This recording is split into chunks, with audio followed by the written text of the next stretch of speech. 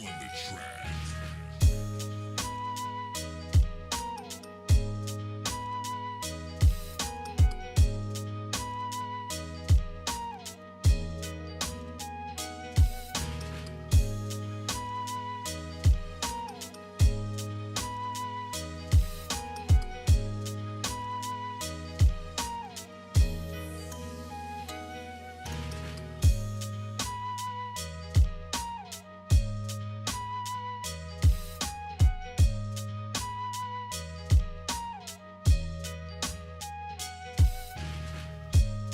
Another one.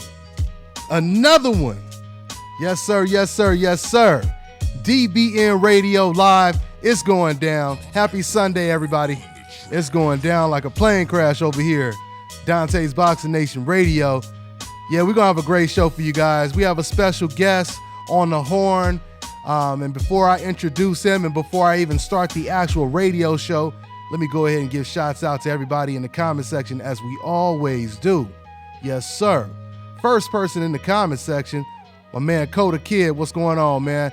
And you guys make sure you rep your city, rep your state, rep your country, rep your continent, because you know we international over here. Hashtag new media. Y'all know what it is. Yes, sir. My man KGA repping that Stone Mountain, if you will. My man Money Pal, who's on the panel and in the comment section. We about to get it in, my man Money Pal. Yes, sir. Yes, sir. DBN on hit. You already know what it is, man. I gotta plug you. You gonna say that, my man Jay Lee. My man said, "What's good, DBN? What's going on, King L. Ray?" My man said, "Tank is dead." Well, we gonna talk about it. We gonna talk about that boy Tank going after pound for pound champions.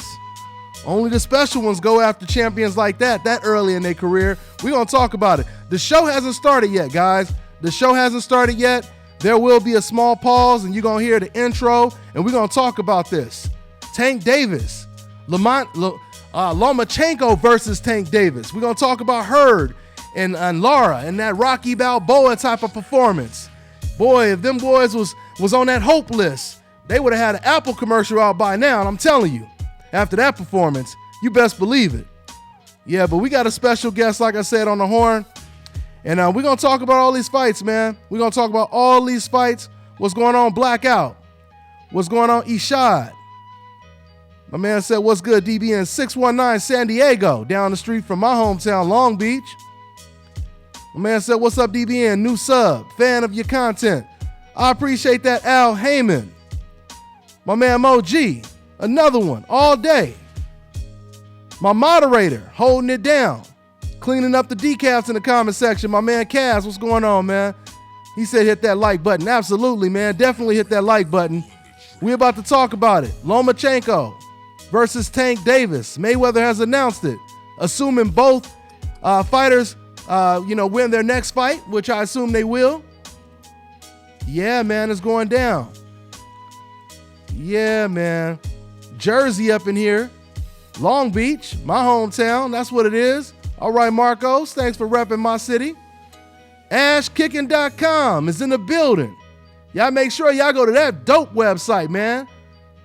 Get you some of all of that product over there, man. Yes, sir. PG6, Southern California. That's right. Let's go ahead and get it in, guys, without any further ado. There will be a small pause. The intro is going to come on, and we're going to get it in, y'all.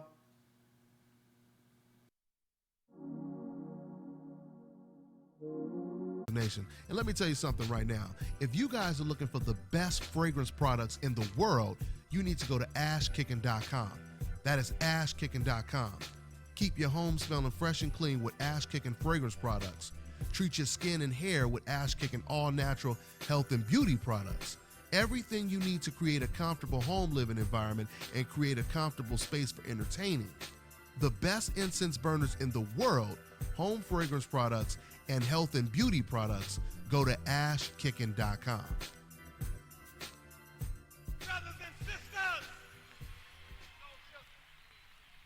brothers and sisters, I don't know what this world is coming to.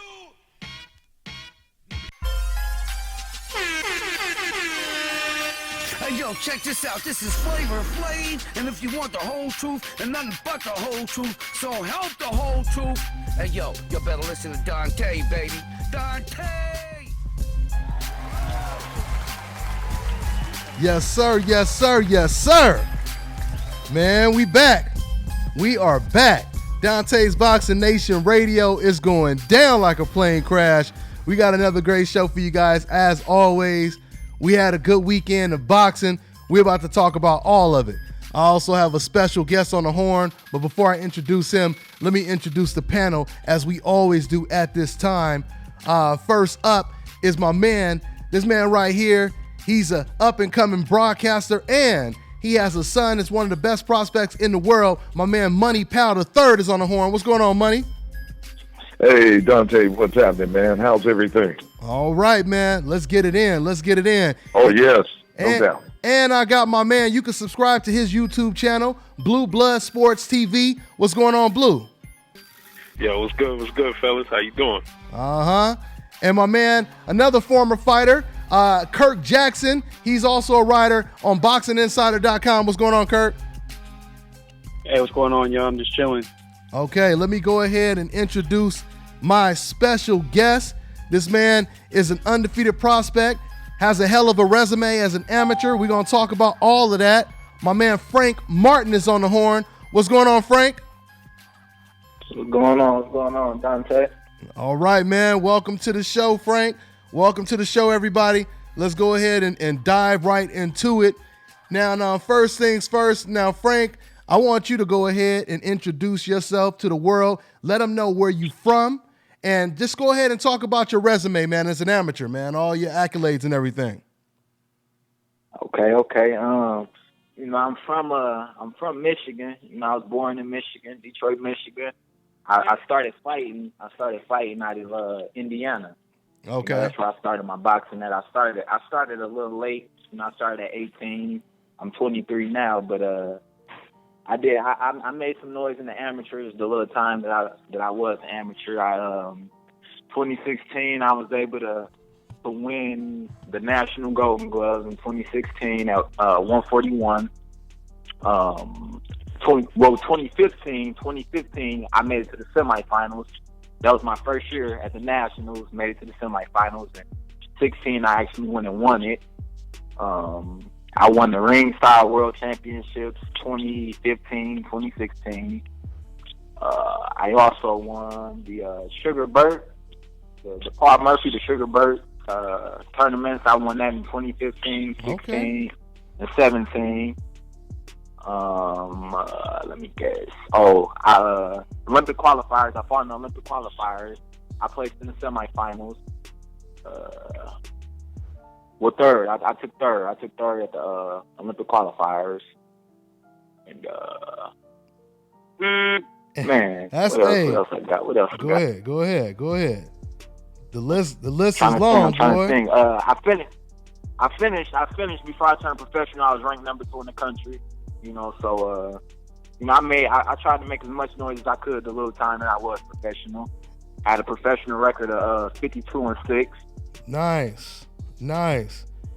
And I have to say, Frank. Well, amateur record 52-6.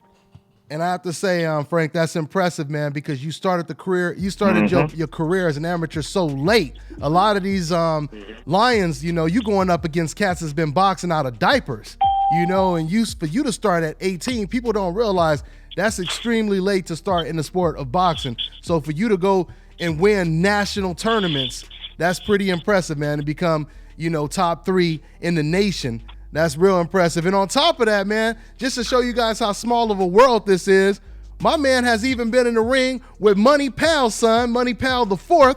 How many times you fight on Money Powell the fourth, Frank? No, we never fought. We actually never fought. We just always, we was different weight classes. Oh, okay. I thought you said you fought him before we started the show. No. Oh, okay. No. I'm glad you cleared that up, because that was my next question to Money. If he had remembered that. Okay. So you just remember seeing him at the tournaments and everything.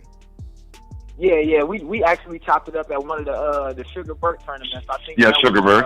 Yeah. I think that was in Florida. I think that was in Orlando, if I am mistaken. Oh, okay. No, that's what it is. That's what it is, man. So, and what's your record as a pro? You 3-0 with 2 knockouts? Is that what it is? I'm 3-0. Yeah, 3-0, 2 knockouts. Okay. Now, what got you into boxing? Because if you started that late, somebody kind of inspired you and motivated you. What got you into the sport? Nah, man.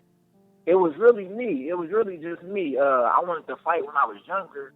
You know, my mom, she wouldn't let me. You know, she just couldn't imagine me getting hit. You know, so once I turned 18, I was actually a football player and a wrestler.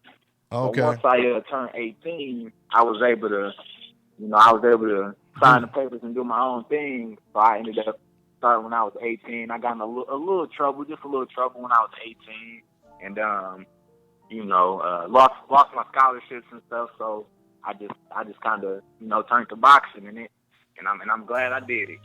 Yeah. Once again, you a natural talent, man. If once again you started that late, and you beating cats has been doing it a lot longer than you. That's once again impressive. So what do you have lined up?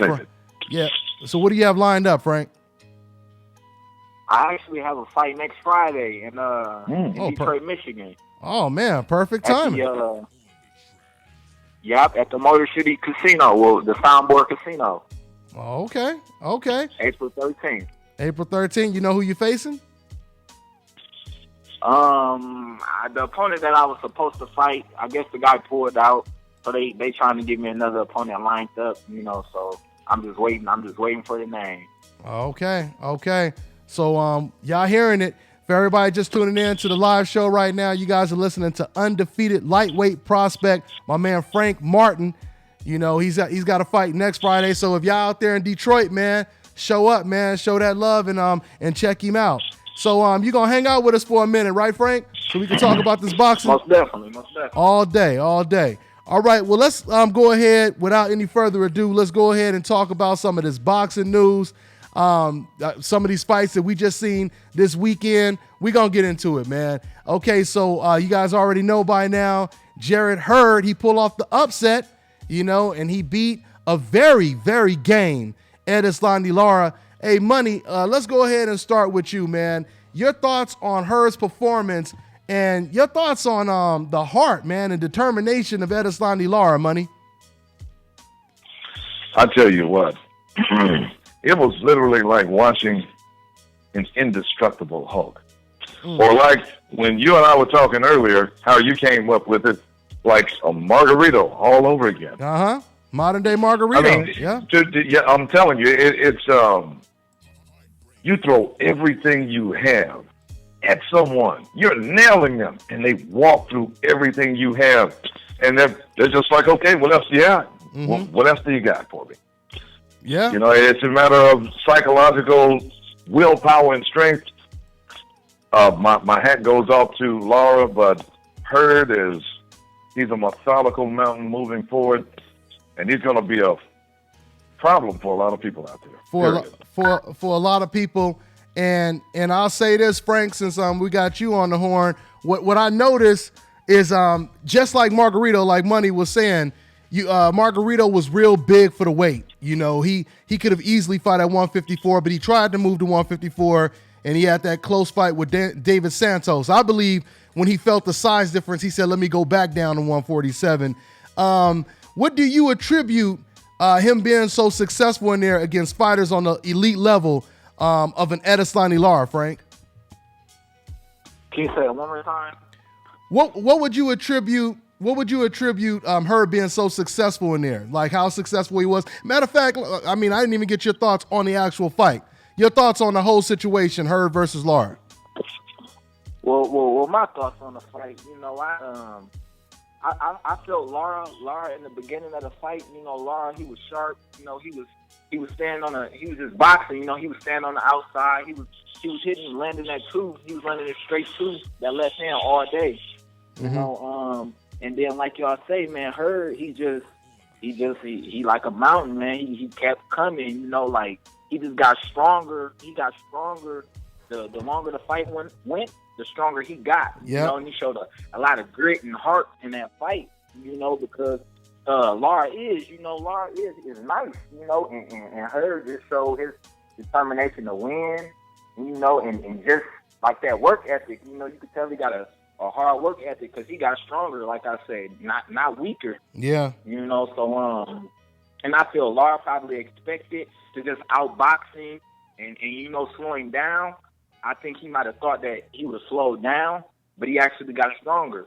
He got stronger, and you could, and like I said to Money earlier, man, it's crazy, man, because in that 9th round, I give Lara a lot of credit because Lara, early in the fight, he was controlling the pace. He wasn't. You could tell he wasn't panicking. He was real relaxed. He wasn't forced to overwork like Trout had to do when he fought against Hurd. Lara was kind of fighting at a nice pace. He would smother Hurd to slow him down. To slow them walls from coming in, basically. But what I noticed in the 9th round, all of a sudden, you could read the body language on Edeslani Lara like subtitles came on the screen. I was like, wow, man. I mean, he really looked like he was in a stage of panic. And I had never seen him like that before. In that 9th round, he looked like he was in bad shape. You could tell he felt like he was on that damn Titanic. And it was just more water just coming up in there. You know what I mean? And it was filling up fast, So but see, man, once again, this performance from Lara, though, we get to see what fighters are made of.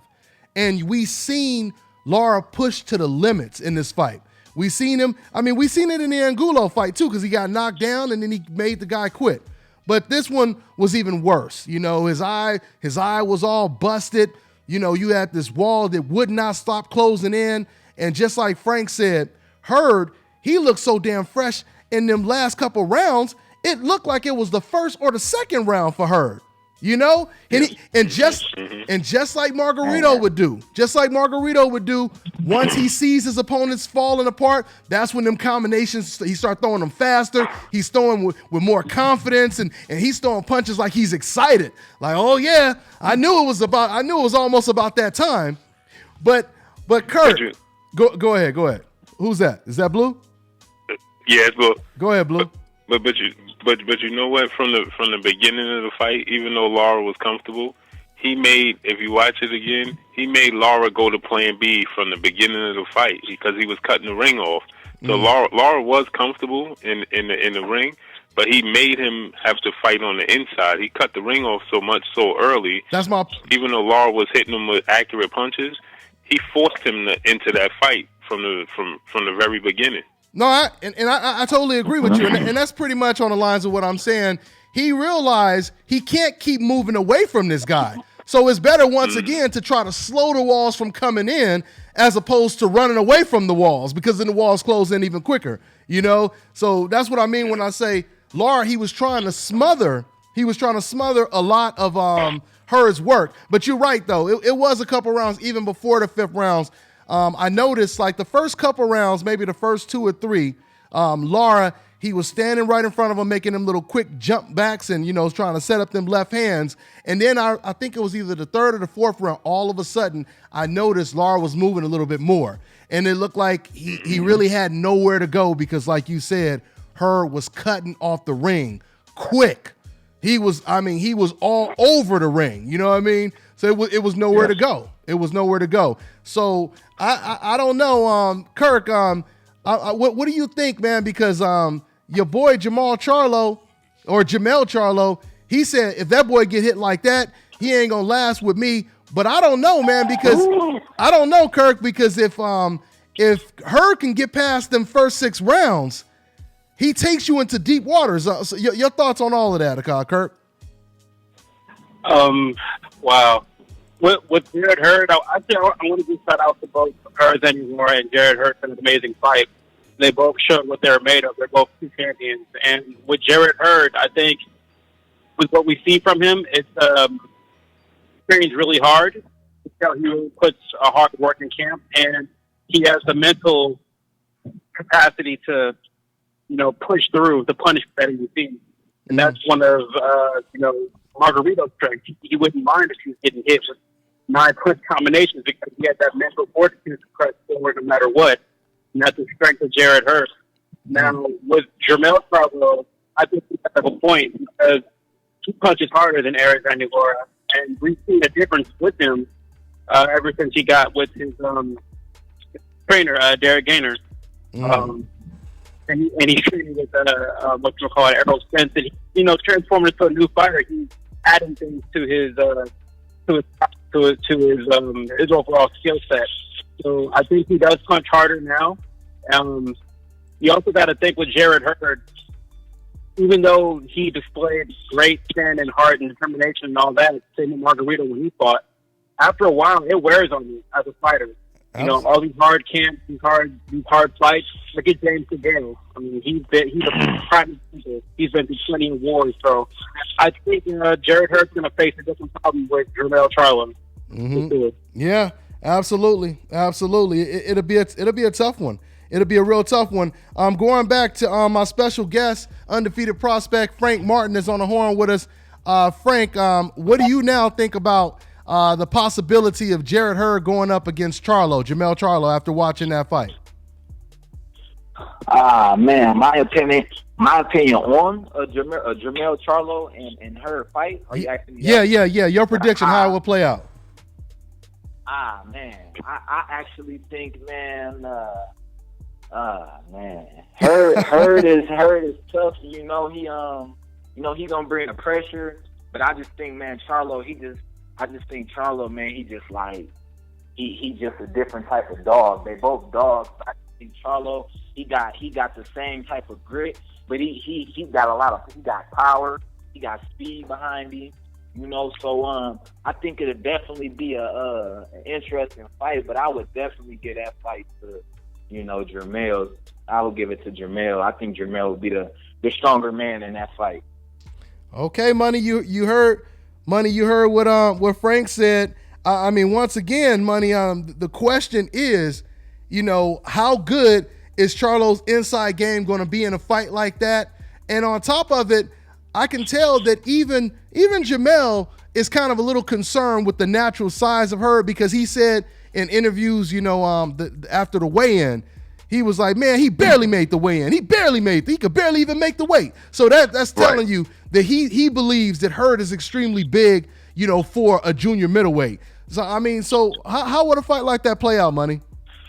Well, I don't know if anyone looked at the tape last night, but Hurd was 163 pounds after he rehydrated. 163? That's it. That's all. He was 163. I always take a picture of the tape of these guys, and I made sure. And guess what? Lara was 162. 162. So they was pretty much around the same size then. About the same. So that makes a huge statement. Now I look at the fight like this: either guy can win. True enough. Both have the mentality to do it. The question is, can Hurd take those punches from Charlo? If he can take them from Jermell, especially around about the 5th or 6th round, there may be some problems for him. Yeah. There may be some problems. Because one thing that I noticed about guys like Jermell, Triple G, a couple of other guys too, and it's just something I noticed. They're not close-up type fighters. They need room. They're more mid-range. They're very effective that way. Absolutely. Mid-range fighters can have problems with guys with a style like Hurd. But hey, if Hurd can't withstand those shots, then it's going to be a short night. But if he can withstand those shots, it's going to be a problem for Jermell. And I agree with you. And this is the reason why fighters like Floyd Mayweather and Andre Ward, they were so special, because they were they were just as comfortable on the outside, mid-range, or close range. It didn't matter where they were in the ring. They were comfortable in all situations, and that's and we see a lot of fighters fall apart when they're forced, to be in a rough, rugged fight like Kovalev was, when he fought against Andre Ward, Even Lomachenko did not look comfortable when he was in there against Salido with that inside work. So yeah, man, that would be a tough one. But before we move on, and guys, we're going to open up the phone lines as well. Once again, my man, special guest, Frank Martin, he's on the horn right now, undefeated lightweight prospect. Let me also go ahead and introduce one of the lieutenants of the DBN tank, the Army. Let me go and introduce this man, my man, Tu Robinson. I appreciate you for joining that tank family. My man, he in the super chat section, he donated. He said, shout out to Hurd, but much respect to Lara. I appreciate that, man. So yeah, man. So before we talk about Lomachenko versus Tank Davis, that announcement that Floyd Mayweather made, you know what? Let's go ahead and go to the phone lines right now because the phone lines are filling up pretty quick, and I don't think we're gonna have one of these 2-hour shows tonight. But who knows? Who knows? We might get a fantastic decaf calling in, and we may not want to go home. You know what I mean? So or get off the horn. Let's go ahead and take another call real quick, or take the first call. Take the first call, I should say. We got 347. What's going on? What's your name? Where you calling from? Hey, my name is Hans from Brooklyn, New York. How you doing, Dante? All right, Hans. What's on your mind, family? So yeah, Lara definitely impressed me with just how tough he was. I guess my question to you guys is, Jermell's a really big guy. Like, Jermell is really, really big. But Hurd is outstandingly big. Like, I think Hurd is even bigger than DeGale, because he had to fight before.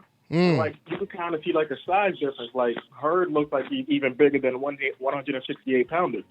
So my whole thing is, I kind of feel that Hurd will beat everybody at 154. I don't think a lot of guys will last with him. I mean, I love Jermell, I really do, but he hasn't really fought someone that'll really, I don't know, kind of push him back and make him really dig deep in like the 8th and 9th rounds. So what do you guys think? I mean, you're making some great points, and I am starting to become a believer that Hurd can almost walk through anything, man. I mean, I'm starting to believe, but we all know, guys, that there's wear and tear when it comes to you doing that. You know, I mean, you may be a brick wall, but if people keep picking at that wall, eventually that wall comes down, you know, and that's the catch-22 when it comes to the Margarito comparison or any other fighter who was known, you know, for walking through fire and all that kind of stuff. Eventually that tank, it kept coming forward, but eventually that tank, it came to a gradual stop. You know what I mean? And it wouldn't go further anymore. So, I mean, because I remember, you know, Corrales, I always remember Corrales said this, Diego Corrales, who had that kind of style. He used to always say before fights, oh, you know, especially in the Floyd Mayweather fight, he said, oh, he's going to win the first 4 or 5 rounds. That's normal. And then eventually I'm going to catch up to him. But if you already going into the race, giving somebody a 1-2 second head start, eventually you're going to race against someone who's going to be so fast that by that time you think you're going to catch up with them, they pick it up and you never catch up with them. You know what I mean? Well, who's going to pick it up? I feel like nobody really has the stamina of Hurd. Like, I can't really recall, and I love Jermell. Jermell's great. I really, really do. But I don't really remember him being tested to the point where he was in the 10th round, 11th round. You're absolutely right. Really big deal. No, you're absolutely right. I'm not disagreeing with you at all, and you have a valid point. I mean, Money, this is pretty much on the lines to what you corroborated pretty much with what he's saying, right, Money? Right. Mm-hmm. You know, it's just very good points brought up. If the question is, can Hurd take those shots? And if he can Jermell deal with that? Mm-hmm. At, you know, round 7, round 8. Mm-hmm. Mm-hmm. Absolutely. I'm telling you right now, if you don't train to stay in the pocket with this guy in close. Yeah, good point. It's going to catch you short. All of the guys that have great legs have had problems with this guy. Mm-hmm. Yeah. Like, I think he's even too big to, like, what's that? I was just thinking, it seems like he's too big. Taking shots from the betting wars and taking shots to the Kirk. There's a difference. Kirk, go ahead, Kirk. Say that again. You were breaking up a little bit. What'd you say, Kirk? I was saying there's a difference between taking shots from Hurd-Lara and taking shots from Austin Trout than taking them from Jermell Charlo. True. But the question is, will Charlo be able to sustain it? And I mean, there's a lot of questions in that fight. Will Jermell be able to sustain it? You know, if he hits Hurd with everything, you know, he's got, and Hurd is once again still there for a couple of rounds. I mean, it's man. Like I said, I wouldn't be surprised if Hurd, you know, once again continues to fill that damn Titanic up, you know, and I wouldn't be surprised if Charlo, you know, he catches him with one of them Erickson Lubin type right hands. You know, I mean, but once again, but my caller makes a good point. My caller makes a good point when he said we really haven't seen Charlo push to the limits yet. We've seen how Lara reacted. We've seen how Trout reacted. Now we'll get to see how Charlo will react to being pushed to the limit when that Titanic ship is sinking. You know, we'll see. We'll see, man. I think that, you know, I think that. Go ahead, Blue. Go ahead, Blue. I think that the difference for Hurd is going to be that Charlo is going to be able to sit down on his punches on the inside, and I don't know if he's going to be able to take that pressure. You don't think those Hurd clean punches? You don't think Hurd can take the pressure? I don't think he's going to be. I mean, he takes the big shots. You know, we saw him take the big shots from Trout, and we saw him take the big shots from Lara last night. But you know, I think that Charlo hits harder, and I think that with him not having to really fight off the back foot, and I think that he's going to be able to sit down on his punches and hit him with clean punches. I think eventually, at some point in that fight, I think I see Hurd eventually getting, you know, hesitant to just start walking in relentlessly. You know, at some point last night, he was actually walking in, and he would stop in mid-tracks and just cover up and duck, you know, weave to the left. I noticed that. And he have a bad habit of leaning all the way to his right and giving you that ankle. And with Charlo just being able to sit on his punches without, you know, especially early on in the fight, with him being able to sit down on his punches like that, I really don't know if he's going to be able to take those clean punches like that early in the fight. And that's the reason. You make a good point. And that's the reason why I said if he can take those shots. It's not saying that he can't, because it's a question mark. Before, and I'm in mid-range of thought. Sorry, what's his name has a direct call to Hurd first. What's that? That is J-Rock. Oh yeah, J-Rock. Oh, come on. J-Rock has a call to him. I forgot to mention that in our conversation. Sorry. Oh yeah. It's mandatory, right? I don't even think it's a mandatory. IBF mandatory. What's that? I don't even think that fight should be sanctioned. Like that's gonna be an ugly fight for Julian, man. That's gonna be really bad. I don't know. I don't think Hurd could be in an ugly fight. Box pretty good. Yeah, but I don't think Hurd can be in an ugly fight, man. I mean, all of Hurd's fights have been action packed. I mean, look at the Lara Hurd fight. No. I mean, it's gonna be ugly for Julian. Oh, you mean it's gonna be one sided? Yeah, that's what I thought you meant at first. You mean it's gonna be one sided? Oh. Yeah, it's going to be really bad. He's earned his right to fight him, and I'm sure he doesn't think that. Yeah, no doubt about it. And the thing with J-Rock is people fail to realize everybody remembers him getting knocked out against Jermell Charlo, but nobody remembers him hitting Charlo with those big punches. Yeah, it just was a roll of the dice, man. He got caught. He got clipped. He got clipped at one point in that fight, but you got to remember that same punch. Some of those punches that he was hitting Charlo with could have ended the night. It could have been vice versa. So, you know, like, we can't just be remember that he was, you know, got knocked out with that uppercut. That was a beautiful time uppercut that he got caught with. But he was catching Charlo with some big shots in that fight. He was boxing well. Oh, even Jermell had acknowledged that at the end of the fourth round. But Charlo wasn't moving, and Charlo's probably like the same size as Hurd. Like, I really think Julian is a really good fighter, but I just think that, especially the way I seen him fight last night, how he was really slowing down in like the middle to like the end rounds, he really wasn't looking that great. I think he should probably fight somebody like a Saddam Ali. I think he could definitely win that. If Saddam get in there with any of them guys, but Saddam ain't. I don't think Saddam is really interested in fighting anybody at 154. I mean, from all the interviews we did with him. Well, I won't say anyone. When I say anyone, I'm talking about the Lions. I'm talking about Charlo. I'm talking about Hurd. There's been a lot of fighters that called him out, and you know he said that he wasn't really in a hurry to fight certain fighters. So it'll be interesting to see who Saddam fights next. Hey, but 347, man, I appreciate your call. I'm gonna get to another one. All right, man. All right, thank you guys. Appreciate it. Hey, take it easy. Hey, no doubt. Good stuff, man. We're going to take another call in about maybe 2-3 minutes, but before we do, let's go ahead and talk about this news, man, about this news with Floyd Mayweather. He announced last night that assuming Lomachenko and Gervonta Tank Davis, they win their next fights, they will face each other. Man, this is some big news, and I said in the video that I did, let's start with you, Kirk. Let's start with you, man. I made my video and I said this is like Gervonta Tank Davis going from high school to the pros.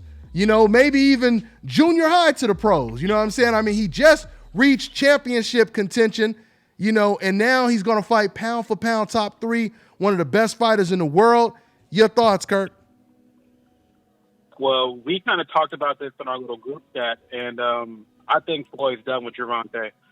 You know, there's been talk of Gervonta being displeased with the direction that Mayweather is promotional companies and, you know, treating him or pushing him in. He said that he was set up to lose against Pedraza when he fought for the title, Mayweather and company. So I mean, wow. So you believe they throwing him? You believe they throwing him to the wolves? You believe they throwing him under the bus? Right. Well, I mean, if he's thinking that they set him up for Pedraza, well, he's definitely being set up for Lomachenko now. If you know, if he's fighting him after this upcoming fight, I think Floyd's done with him. Wow, that's pretty big. Hey, Frank, my special guest, my special guest, Frank Martin, undefeated prospect, lightweight. He has a fight next week. Frank, he's on the horn. Give me your thoughts, man. Your reaction to Floyd Mayweather saying he wants to put Lomachenko in there with Gervonta, or put Gervonta in there with Lomachenko next. Your thoughts, Frank? I mean, my thoughts about that is, you know, it was like interviews prior, you know, like Floyd just saying, you know, we're gonna wait that out. You know what I mean? I don't know too much about what's going on. I know Tank's not satisfied or whatever. You know, I would never know. You know, a lot of people would never really know what's going on with you know, within them or whatever. But honestly, man, you know, Lomachenko, you know, 2-time he won the Olympics, right? Twice. Yep. 2 gold medals. Mm-hmm. And man, Tank what, 20-0? Yeah. 21-0? Something like that. You know, man, it's just like Lomachenko is just, you know, he been around a lot longer, you know, and like Floyd said in the beginning, you know, Lomachenko is just, you know, he want to fight everybody he can. He kind of rush to fight everybody he can or whatever, but just that fight, I think that's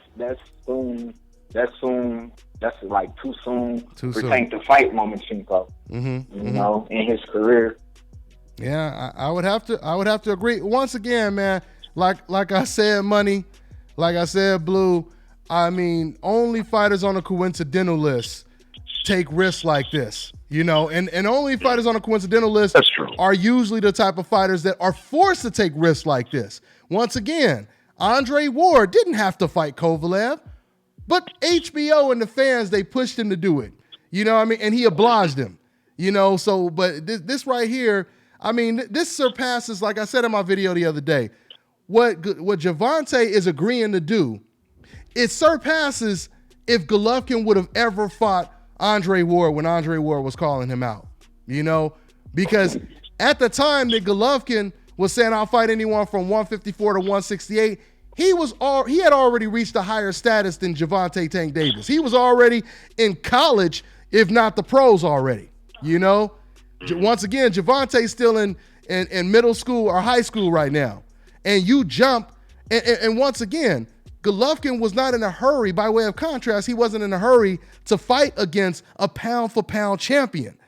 Gervonta is about to go in there. If this fight comes to fruition, Gervonta is about to go in there with a pound-for-pound champion. And we're not talking about in the bottom 9, the bottom 10.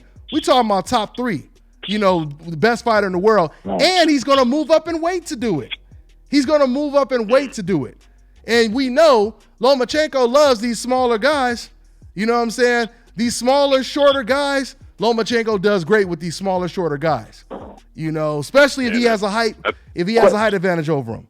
Go ahead, Blue. I think this is more of a confirmation that Floyd Mayweather is, like Kirk said when we was talking about. I think it's more of a confirmation of that him just being done with him, man. Wow. I don't know too much if Tank Davis is so much agreeing to it, and like if he brought it to the table, I think it's more or less they put it on the table, and he's like, y'all don't think I could get it done, and I'm gonna agree to it because, I think he was more or less focused on getting through this fight, and then maybe fighting the winner of Farmer versus Dibbs, because they're fighting for the vacant title.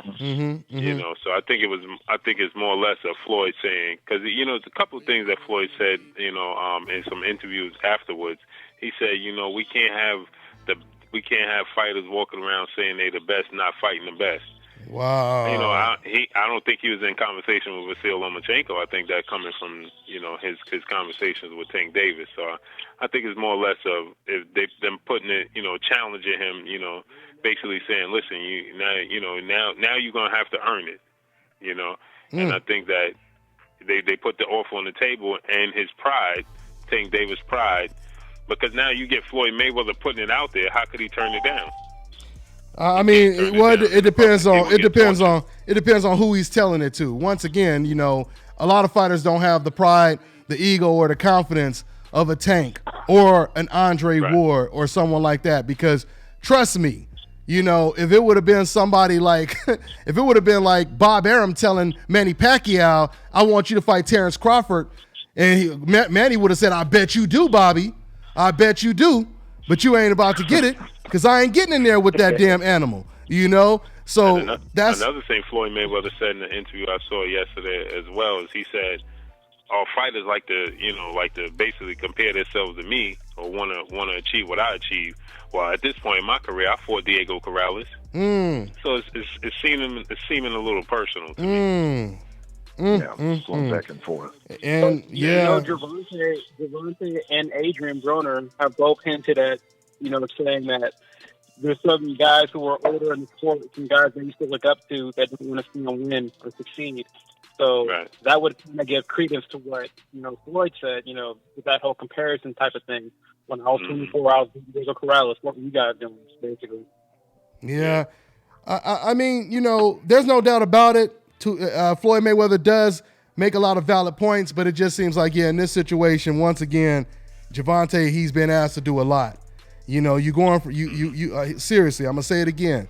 He's going from junior high to the pros, fighting against. He's not just fighting against a good champion. He's fighting against pound for pound one of the best fighters in the world right now. What's that? Is that? What else is funny, Dante? Frank, is that you, Frank? Okay. Yeah. Go ahead, Frank. Okay, I was just having a discussion about this last night, as far as on Lomachenko.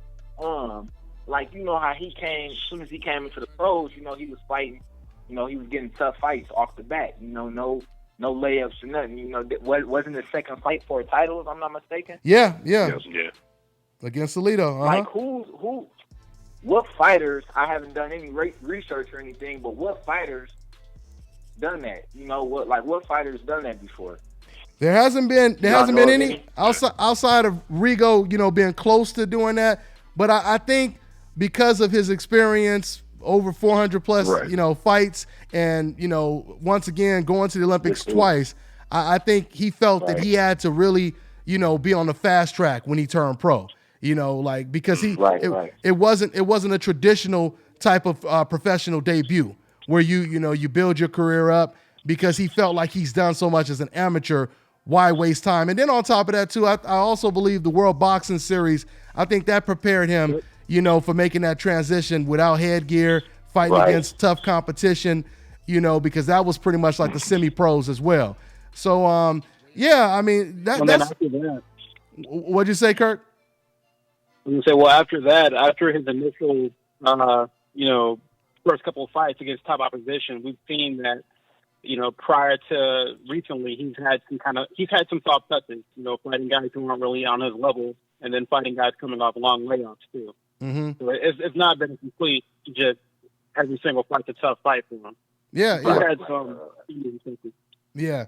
But it's no doubt about it. I mean, with that level of experience, and once again with the World Boxing Series experience, Lomachenko is comfortable. He's comfortable at this position now. And once again, this is the reason why he's pound for pound top 3. I would say one of the best fighters in the world. So Frank, since we're talking about this, who would you say is pound for pound the best fighter in the world right now? In the world right now? Number one.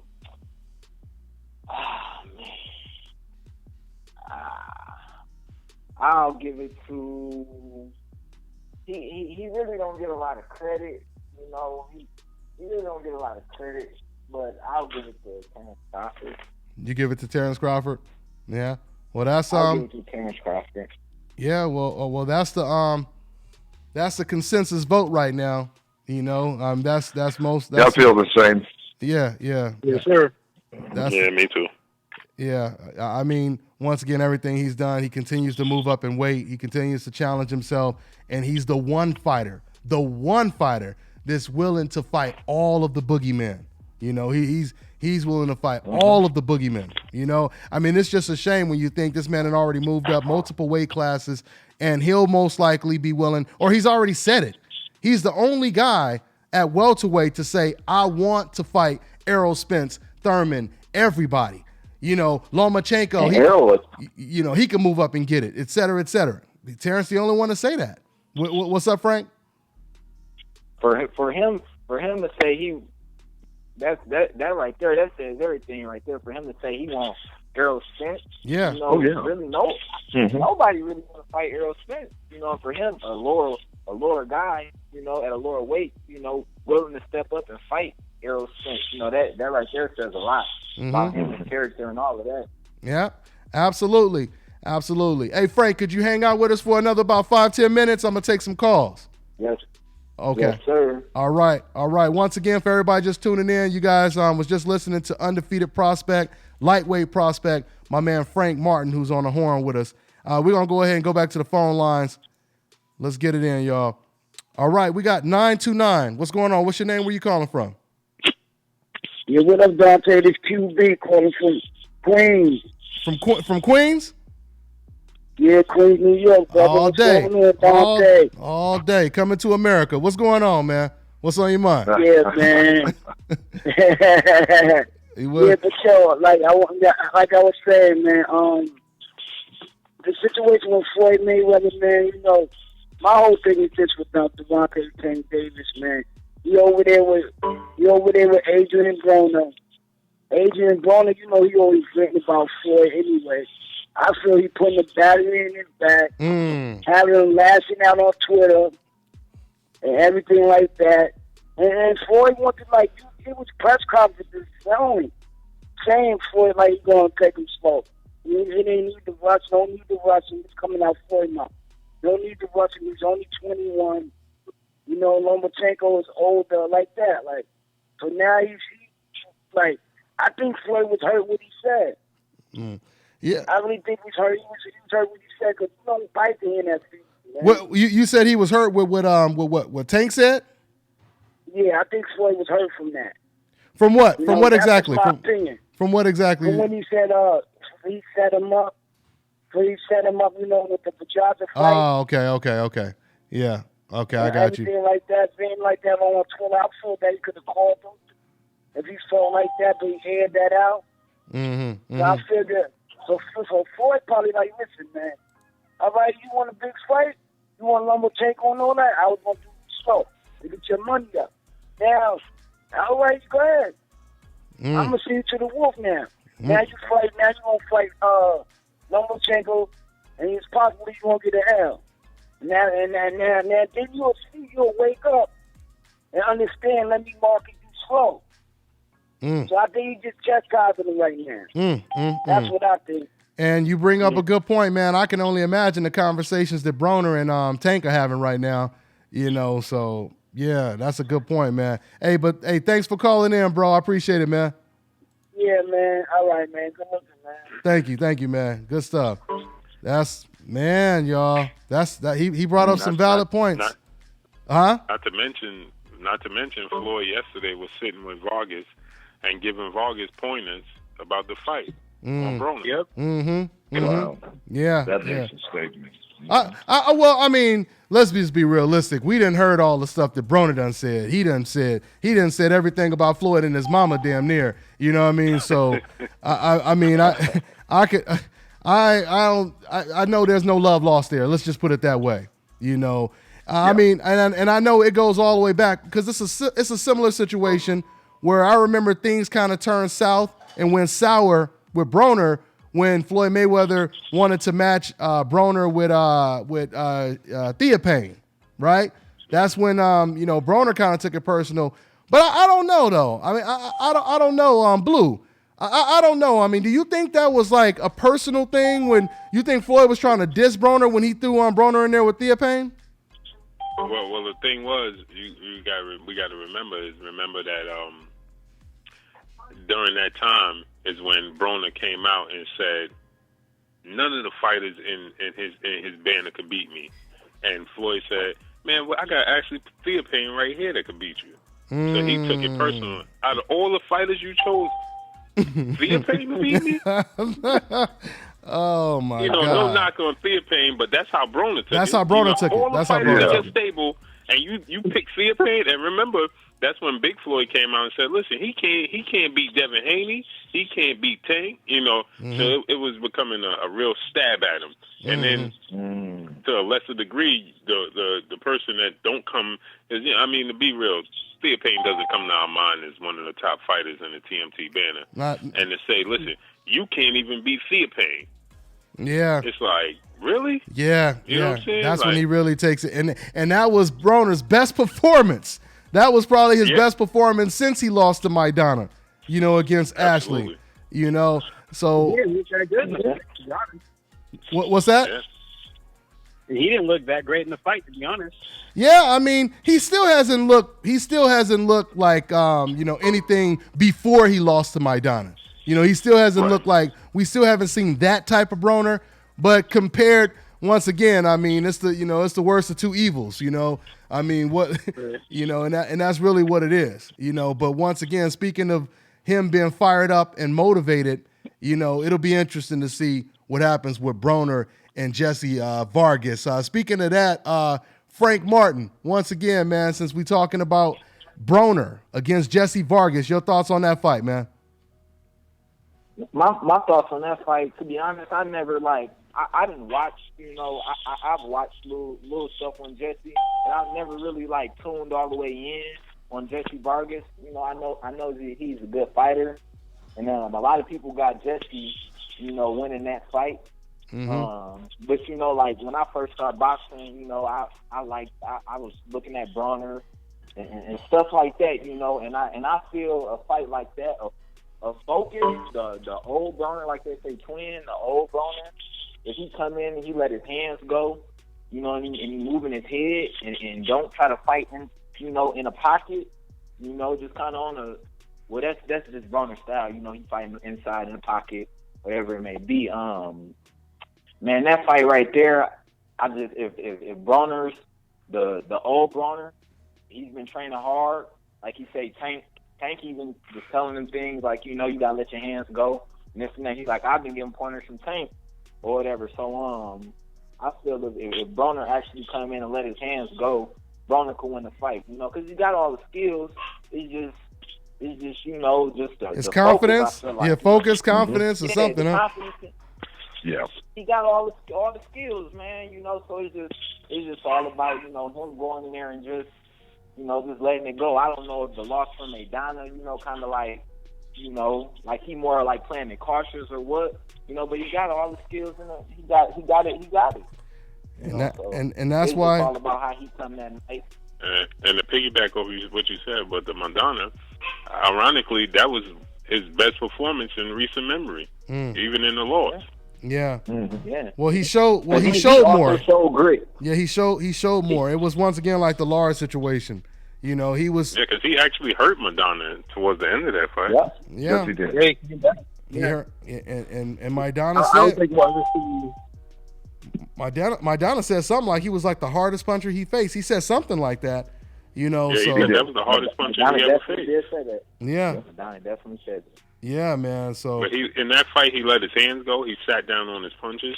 And how ironic, that was the last time we saw that version of Adrian Broner. yeah, Well, he was fighting for that undefeated to maintain his undefeated record. That was that was a sense of pride for him, and I don't think we're ever going to see the same Adrian Broner ever. yeah. I know everybody likes think to so. look back and say, if the Adrian Broner that fought DeMarco, that Adrian Broner is long gone. Long gone. That was a long time ago. And even Broner, even when you talk to Broner, he'll be like, "Oh, well, that was a long time ago. That's that different styles, different fights, et cetera, et cetera." So even he kind of is agreeing with you in a certain sense. But what's really weird is at the beginning of that Mikey Garcia fight. And once again, man, if you pay attention, and I know it's only 1 minute out of a 48-minute fight or whatever, but you look at the first 2 minutes of that fight, and Broner was looking really good for whatever it's worth. He looked real good in there when he was just standing there, when he was setting up the jab, and then all of a sudden, once again, for some reason, because he seen how cautious Mikey was, he said, "Oh, you trying to set me up for something. So you know what? I'm going to get on my bicycle, and I'm going to try to set you up with a counter." And then that's when all of a sudden, he pulled an audible, and then Broner started moving around. And when he started moving around, that's when Mikey Garcia started doing better.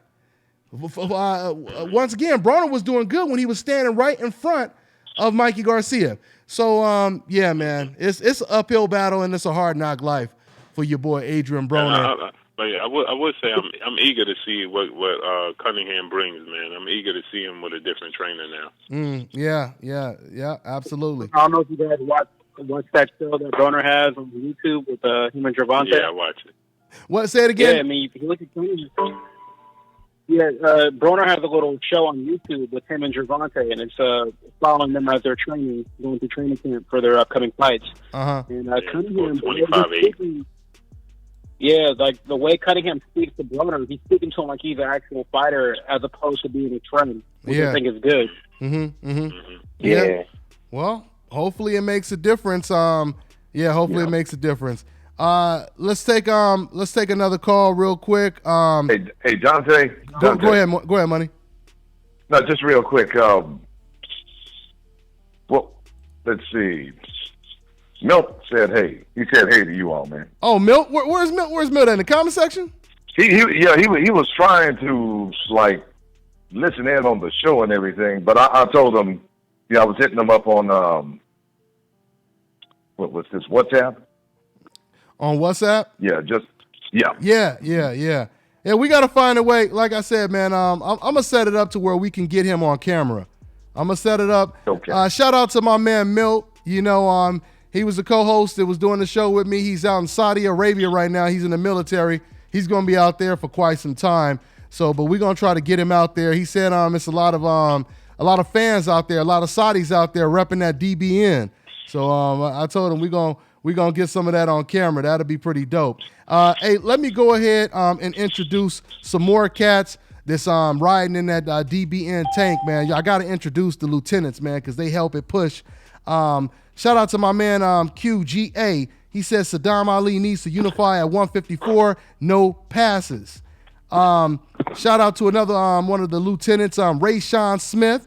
He said, man, them decafs coming at Hurd already. Hurd reminds me of Marvin Hagler with the effective ring pressure. Fighters like Hurd gives Abel nightmares. Once again, man, this is funny you just said that, Ray Sean, because, you heard what he just said. The decafs, they going in on Hurd. But this proves everything that I tell you guys.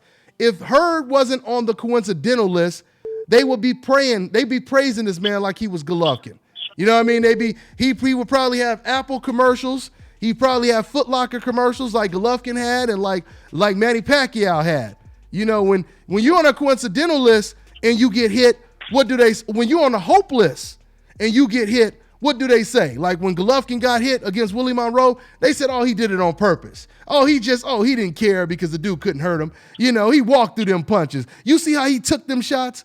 But then when it comes to somebody like Hurd getting hit, oh, look at all the mistakes he makes. You know what I'm saying? Look at, so yeah, we know what time it is, Rayshawn, all day and day. Also, let me introduce another one of those lieutenants holding it down in the DBN tank super chat section, my man Ed Valencia. He said, money and caller on point. If Charlo doesn't hurt early, it's a rough fight for Charlo. Yes, sir. And my man Rayshawn donated again. He said, I will call in, but it's too lit on the phone lines. Yeah, man. Hey, Ray, go ahead and put your area code in, man, and I'll bump you up, man. Since you one of the lieutenants, man, put your area code up in the comment section, man, and we'll try to get you on the phone line. But I am going to take another call real quick. Let's go ahead with this is one of my regular call-ins. My man Reggie. What's going on, Reggie? Man, what's happening, Nation? What's happening, everybody on the panel? What's going on? What's up, man? What's going on, Reg? Man, enjoying you guys, man. Enjoying this boxing politics, man. I love it. Appreciate it. Also, like I always say, I got to salute you, Frank. I salute any fighter that comes on here. Very smart move for a boxing career. Yeah. Very, very smart. Yeah, wait. Say that again. It's smart for who? Say it again. No, I was saluting Frank for coming on here because I always say it's a very smart.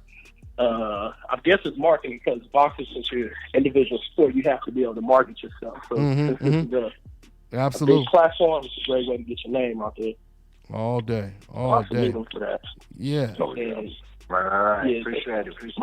Oh man, all day, man. You keep doing that, man. Yep. We'll pay attention. Always pay attention to guys who are here when you guys first come on here. So, great way to introduce yourself to the world. All day. Most definitely. Hey. Yes. The thing I wanted to touch on was with the Gervonta Davis thing and Lomachenko. I'm glad Floyd Mayweather did that. For too long, Gervonta is too much of an unappreciative young kid, and that's the thing that I hate with a lot of these kids who come from underprivileged backgrounds and their lack of emotional intelligence. So here's this guy, you got the greatest mentor in the world of boxing, and you buy him the hand that feeds you. And this shit makes no sense, but I know where it's coming from. It's coming from where a lot of these kids in this gang were very talented, but they lack the emotional side of being able to control how they feel about things. It may be the wrong feeling. He's feeling something that may not be true. He has the wrong people in his ear, sending him the wrong drugs. So it's going to bite his ass. Yeah, man. I mean, man, this will be a hell of a lesson, boy. I tell you, if he go in there with Lomachenko, because I mean, we even heard Floyd Mayweather. Floyd Mayweather had just said about 6 months ago, about a year ago, he even said that Gervonta. He said it in so many words. He implied that Gervonta wasn't ready for that move. So it's shocking. It's shocking that he's going up in there with Lomachenko, no doubt about it, man. So, but yeah, right. Man. The Tank is killing himself with all these excuses. So now he's saying that he was forcing or something. This guy gave you the greatest opportunity at a young age, but he never complained about being a champion until he lost that belt from his own mistake, a mistake that he doesn't take the responsibility of owning up to. And I mean, is he going to continue that throughout his life? Is he going to continue to be, I mean, he's hanging around the wrong cat. Like, Adrian Brown is not a great influence. He's a great lesson for a lot of young fighters, but you're being educated and influenced by a guy, you're going down the wrong path. So, yeah. We'll see how he picks himself up from this. Yeah, we definitely will, man. Hey, well, I'm going to get to another one. Thanks, Reggie. All right, man? Yes, indeed. I'm tuning to this great show. Also, man, can you decaf who have opposing views, please leave your area codes in the comment section. So I want to hear what you guys got. Please. And please school them. Please school them. But you already know. We know what time it is, Reggie. We already know what time it is. Hey, once y'all again, have some heart. Get up on this show. Yeah. You know, it's like it's like a dude. You know, it's easy. He goes to the bathroom. And he starts talking in the mirror. You know, you can say everything you want to say in the mirror because you know ain't gonna nothing happen. You know nothing ain't gonna happen. You know what I'm saying? But they not going to call up over here. They'll talk to themselves in the mirror, but they ain't going to call up because they know that they're going to get educated. And they know that they know that what they say, they're going to speak for every decaf. So that means if I talk to one decaf and educate one, I'm killing 1,000 birds with one stone. And they understand that. So they don't want to put they don't want to put that rhetoric, out there for it to be shot down. They know what they're doing, man. They know deep down that what we say is the truth. And that's the reason why this is a great platform, because we give them an opportunity. We give them an opportunity to call into the show, and they will not call in. Like I said, Money and everybody else on the panel, think about this. If Jim Lampley opened up the phone lines, do you think we would be afraid to call in? You know what I'm saying? We would be in the line. We would be camping out like it's a Star Wars movie. You know what I'm saying?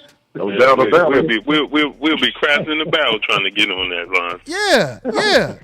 So just think about that logic for a second. We would be anxious to call him up.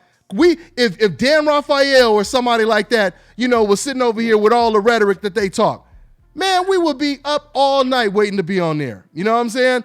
But once again, when it comes to us over here, they're watching the videos, they're in the comment section, but they won't call in because deep down they know it's true. You know what I'm saying? They saying to all the decals they congregate with, like, yeah, y'all know Dante telling the truth, but we got to stick with this agenda, you know what I mean? But yeah, we know what's going on behind closed doors. Just don't say it to nobody. Don't admit it. You know what I mean? We Crips for life. You got to be loyal to your gang, basically. You know what I'm saying? Regardless if you thought that drive-by was wrong. You know what I'm saying? You got to be loyal to your gang. You know what I'm saying? I know we shut up the funeral, and deep down we know that shit was wrong. But you know what, man? I got to ride for my gang, man. I got to ride for the gang and say it was right. That's what it is, man. Ride or die. Ride or die. Loyalty, man. That's all it is. Yeah, man. Oh, man. Get in and put the Mary codes after you do cast. I got to hear it. I'm back in watching the show. But okay. I love you guys. Love what you're doing. And I'll salute you all. Hey, I appreciate you, family. I appreciate you, family. All right, Reggie. All right. Hey, well, Frank, because like I said, I don't want to hold you up all night, man. But I just wanted to say, man, thanks for joining the show. For you guys that just tuned in, my man, undefeated prospect Frank Martin, who's fighting next week. He's been on the horn, chopping it up with us. So Frank, if you can, man, once again, let everybody know where they can follow you and give everybody the information out there in Detroit, man, if they want to come watch you live next weekend, man. Okay. Everybody can follow me on Instagram at Frank Martin 2016 and Facebook at Frank Martin. And I'm fighting in Detroit, Michigan at the Soundboard Casino, April 13th. There it is, man. And anything else on your mind before I let you go, fam? No, sir, man. Just thank you for having me. All right, man. I look forward to following your progression, man, and having you on the show every once in a while. As you keep evolving in the sport, man. All right. All right, now y'all take it easy. All right. You down. Good luck. Take care. All right, take care. Take care, Frank. Yeah, man. All right now. Good stuff. Good stuff from my man. That was my man once again, undefeated prospect, lightweight prospect, Frank Martin. Let's go back to the phone lines. It was a lot of stuff going on, man. It was a lot of stuff going on. Charlo, he was Charlo's, man, they done got a lot more animated, in the last 6 months. So it's getting real interesting, man. It's getting real interesting. But you know what? Before we talk about that, let's go back to the phone lines. So we got 337. What's going on? What's your name? Where you calling from, man? What's up, Dante? It's Owen Judge, man, out here in Lafayette, Louisiana. All right. What's good with you? Oh, nothing much. How you doing, Mr. Money Powell? How y'all doing on the panel? Hey, what's happening? How's everything? All right, man. Shout out to the nation. But I just want to touch on the Charlo Hurd thing, with the conversation y'all have. I agree with everything everybody's saying, but I think that everybody is losing the fact that dude spars with Errol Spence every day. Mm-hmm. And that's about the most pressure you're going to get at any level. Great and point. Nobody can tell me that Hurd's pressure is better than Errol Spence's pressure. Great point. Excellent point. And also, Hurd is an IBF champion. There's a weight limit that you can put on for the next day. You got to weigh in every morning. But he did, though. Right? Yeah, he did. He did. Yes, and that's You what I'm can't saying. go more So than he's not gonna- 10 pounds. Yeah. Right.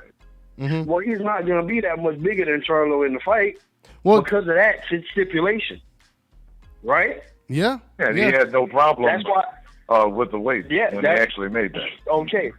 So that's what I'm saying. I don't think the weight advantage is going to be that big of a deal. Plus if he really needs to fight somebody bigger than him and have them in the ring, he got his brother, who's just as big as Hurd, if not bigger. And, I just can't. I don't see the advantage that Hurd has against Charlo. That's the point I'm trying to make in that situation. Mm-hmm. and you know what? Let me just go ahead, Blue. Go ahead, Blue. I have to disagree with that, man. Errol Spence puts on calculated pressure. It's a different type of pressure. Errol Spence is all of 5'8", 5'9". Even Jermell Charlo is maybe 5'11", 6 feet. Hurd is a whole different animal, man. Hurd's pressure is totally different. Hurd's reach. He has a reach of almost 80 inches. He has almost 80-inch reach. You know, Errol Spence doesn't have that type of reach. Jermell Charlo doesn't have that type of reach. You know, his brother. You know, so and it's a different type of relentless pressure. You know, Errol Spence is not taking 10, 20 punches to get off one punch. Errol Spence is a calculator. You know, he's using a head movement. He's using foot. It's a different type of pressure. So he hasn't seen. I agree with you. Hurt. Yeah. I agree with you, that Blue. But the point I'm trying to make is in sparring, he has the pieces to be able to simulate what's going on that Hurd's going to bring. And it's not nobody can simulate the fighter exactly. You know what I'm saying? But you know, if you're fighting somebody and you're talking about pressure, right? You got Jermell Charlo, his brother. You have Errol Spence. You have what's that cruiserweight they have that Derrick James has? I forget his name. Oh man, I forgot his name. Yeah. He's good. He's good too. Southpaw cruiserweight. Yeah, he's good. Yes. But what I'm saying is he has a lot. I think that's the best camp in all of boxing, right there. You talking about? And I just think that Errol he has Spence. the tools. Yeah, I think he has the tools he needs with those guys in sparring to sharpen that iron. That's why, you know, Errol Spence repeatedly says iron sharpens iron, because they got nothing but iron in that camp. Derrick James, to me, is the best trainer in all of boxing. And I'm not just saying that because his name's starting to get big. I mean, I've visited, you know, their gym, and I've watched this, man. This dude will get in the ring and start fighting just like the fighter that his fighter's about to fight. You know what? Like he really does. He mimics him. You know something? I had talked to Tony Harrison, and I asked him, really my son had asked him, he said, Tony, what was it like being there with Hurd? He said it wasn't the power or anything like it. He said that guy's will is just something that he had never faced in his professional boxing career. He said his will is off the charts. So, yeah, you know, I think we have a fight that's going to be pretty interesting, you know, when both guys meet up with each other. And we'll see, you know, exactly what's going to happen, because anything can happen in that bout. I'm not going to say I can't see this, I can't see that, because anything can happen in boxing, as we all know. And we really do. And once again, we really do have to see how Jermell Charlo is when he is extremely when he's battle tested, you know, when he's pushed to the limit. Because once again, it's, you know, Lara and Trout, they've showed that you can look good against Hurd in the first half. But if Hurd survives the first half, how do you deal with the psychological pressure? Because then it becomes a different type of fight. Then it's no longer about skill anymore. It's about will, you know, when it comes to that second half of the fight. So, I mean, I see that as a 50-50 fight. But one thing that's important to note is there's no doubt about it. If you were to ask me who wants to fight more, Charlo wants to fight more. So, I mean, I don't know how much more that says right now, because I noticed Hurd, he said before the fight, he said, you know, he's going to get it. He don't have to jump up on the, you know, on the stage at our weigh-ins. He's going to get it. He also said to me, before I move up, I'm fighting against Charlo. But then, if you guys notice, after the fight, he said, I'm going to talk to my managers. We're going to see. He said, now, I'm the unified champ, so I can make my decisions now. And, basically, I control the deck of hand. I control the cards now, is what he was basically saying. The power is in my hand now. Pretty much. That's what he was saying. So I'm just saying, facts are facts. We have to say that Charlo, he wants to fight more than Hurd wants to fight now. From listening to what both of them said about fighting against each other. So I don't know, so clearly Hurd believes, in my opinion, Hurd believes that Charlo is the toughest out of everyone at the 154-pound division. So, but once again, even though he won't admit it. yeah. Well, that's what I'm saying. We got to go off of what they say, because they not gonna come flat out and say it. Just like Anthony Joshua came out and said Wilder is going to be, a dangerous fight. You know what I mean? Well, he has kind of said certain things like that, but we know what it is at the end of the day. So, hey, man. But and I just want to piggyback. Let me just piggyback on what Reggie said right quick about Tank Davis. That's exactly what I held on this line to say, bro. That dude gotta be the most spoiled kid, bro. You were on the Mayweather and McGregor fight. What did that land, Dante? That was the second biggest fight ever? It was huge. You were a co-main event. You were not even an undercard. You were the co-main event, and you failed to make weight. That's your fault. You're getting punished. That ain't nobody's fault but yours. Wow, man, this is crazy, man. Yeah. So everybody, you have to make ways. So it's unanimous. Everyone believes that this is a punishment for Tank. He's getting thrown under the bus because the boy didn't know how to act. Is what everyone believes right now. That's something. You are a co-main event on the second biggest boxing card ever in the history of boxing, and you complaining about being set up to fail. You were the co-main event. That's probably was his biggest payday he's ever gotten on that thing. And Floyd did that purposely to get him recognition. You failed at the scales. You embarrassed Floyd. You embarrassed Mayweather Promotions, and now you got to pay for it. You don't go on social media and talk shit about your boss who's setting you up for what? Okay, take Dwayne Beeman, for example. Don't you think Dwayne Beeman would have loved to get in the ring with Pedraza and fight him? I know they're not the same weight class, but I'm just saying in general. Yeah. To fight for that IBF title? Mm-hmm. Yeah. I know. Don't you think Money Power the Fourth would love to get that opportunity? Tank got the opportunity and see it was set up. What is wrong? Yeah. That's like giving somebody $1 million and they said, "Oh, you must have stole this and gave it to me." Yeah, I agree with that's a great analogy. That's a good way to put it. That's a great analogy, man. Yeah, man. Where you get this? Look at some of these bills are dirty. Look, I see stains on some of these damn bills you didn't give me. What the hell's going on over here? That's. So I'm gonna go ahead on and listen to the show, man. Shout out to the nation. Shout out to y'all. Mr. Money Power. Every time I call, thank you for the way you're doing with your son. I hope you told him what I said last week. Tell him again this week. Appreciate y'all, man. I sure will, man. Always let him know. Always let him know. Thanks a lot, now. You take it easy. Thanks, man. Appreciate it, man. What's going on, Blue? Dante, somebody in the comment section said, do we think that Hurd versus Charlo is a pay-per-view fight? No, I wouldn't say it's a pay-per-view fight. And to be honest, that's not a bad thing. But I think, in a way, it seemed to me like Al Heyman is kind of taking us away from pay-per-view fights. Because I truly believe the future is we won't really have to pay for too many fights. You know what I'm saying? And that's how it should be. That's how it should be. I mean, of course, every once in a while, we gonna get some super duper fight, but no, that's not pay-per-view fight worthy. I mean, we talking about Mayweather versus somebody or something like that. But I think we're going in the right direction. We don't have to have all these fights. That's old school. Pay-per-view is old school now. Only people still trying to do pay-per-view is Bob Arum. I think and he'll be crazy in the head. Manny Pacquiao will be crazy in the head if that Matisse fight is pay-per-view. Blue, is that fight pay-per-view?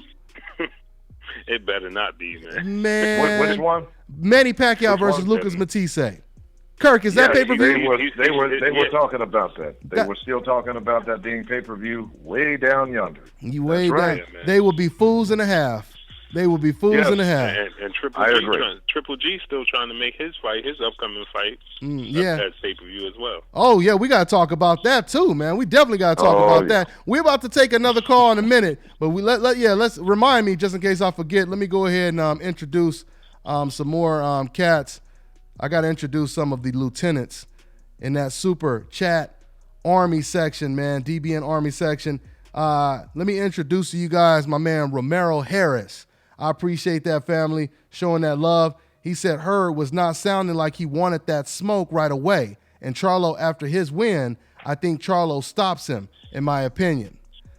Yeah, like I said, man, that's one of those fights that's definitely up for debate. And once again, man, like I said, this is just sad, man.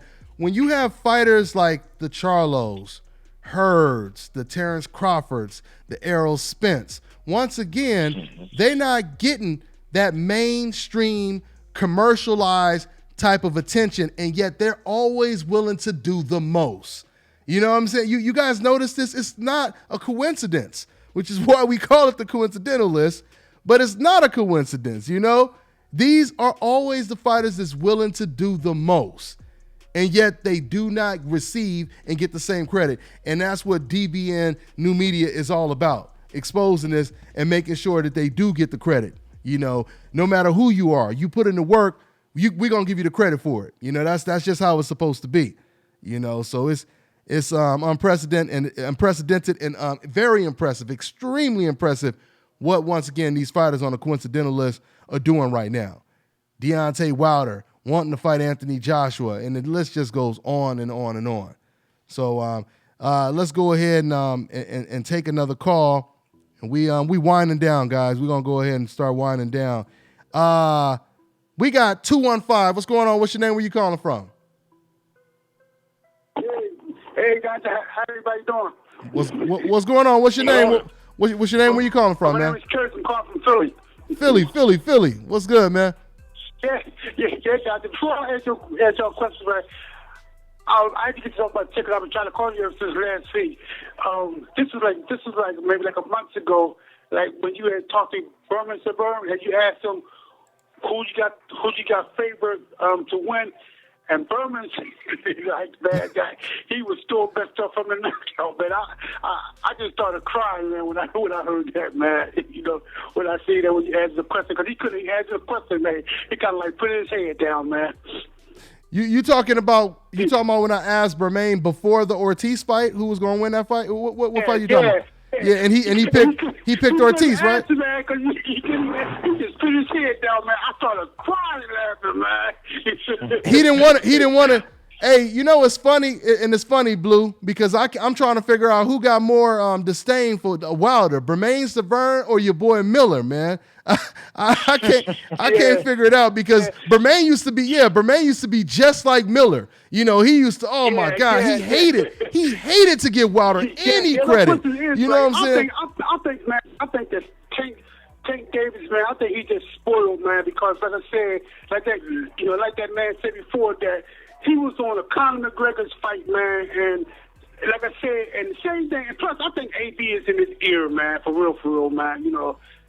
Yeah, no doubt about it. They having some serious ass pay-per-view conversations, if you will.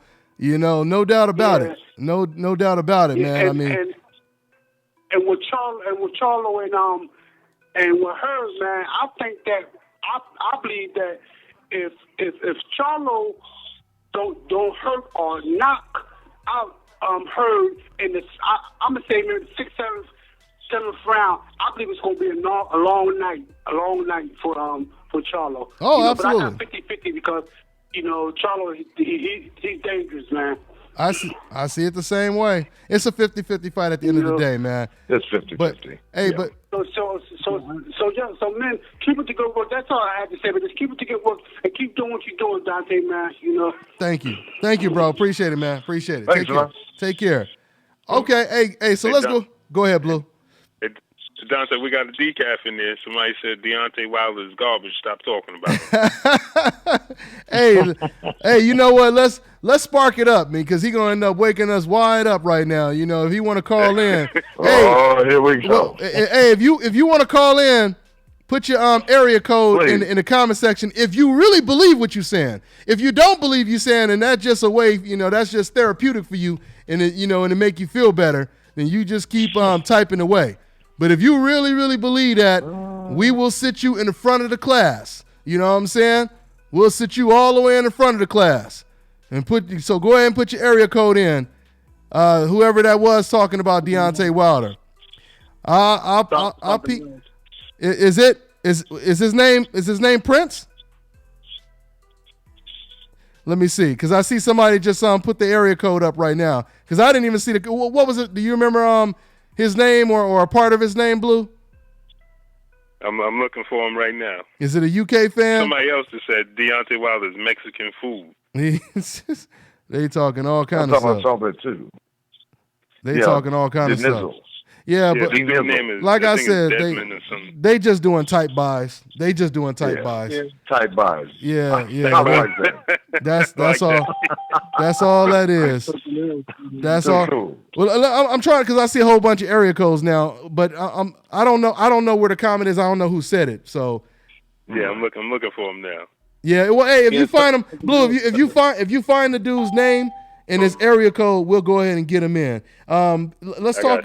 Let's talk about Golovkin and his dilemma. Him in that little ass raft, you know, trying to float with them sharks is circling his ass right now. But let me go ahead and introduce another lieutenant of the Super Chat Army. I appreciate that, family. My man Brandon Harper, I'd like to introduce, guys. He said DBN Triple G has to fight Andre. Rankings, Wise, and availability. Wise, he's next in line. Abel can't. Black guys don't sell his way out of this one. he said you can't. Oh my goodness.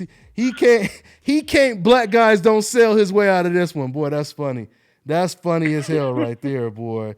Yeah, man, it's gonna be hard as hell to get. I mean, when you say, well, it's just crazy, man. It's just crazy. So yeah, so that was right on time right there. So Blue.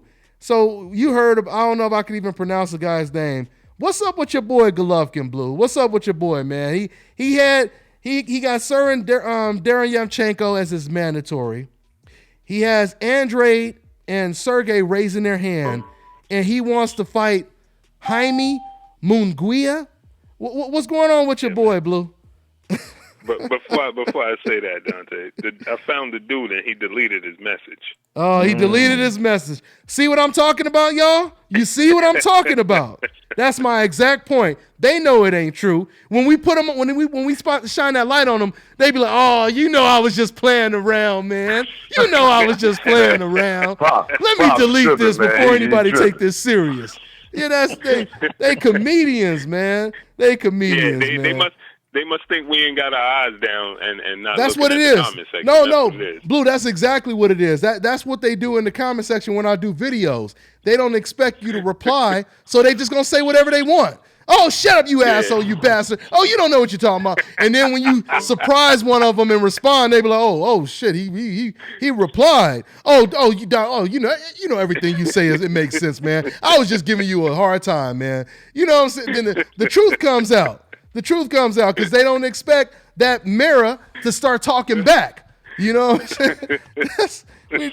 We know what time it is, dog. Oh, man. But yeah, Triple G, man, this dude, man, he's unbelievable, man. Him and Abel Sanchez, man. I said in our group chat, man, they put a quarter in their own machine and they played themselves, man. They done backed themselves into a corner. Where now if you take on, hey, listen, they went throughout their career saying, we have to fight our mandatory. All day.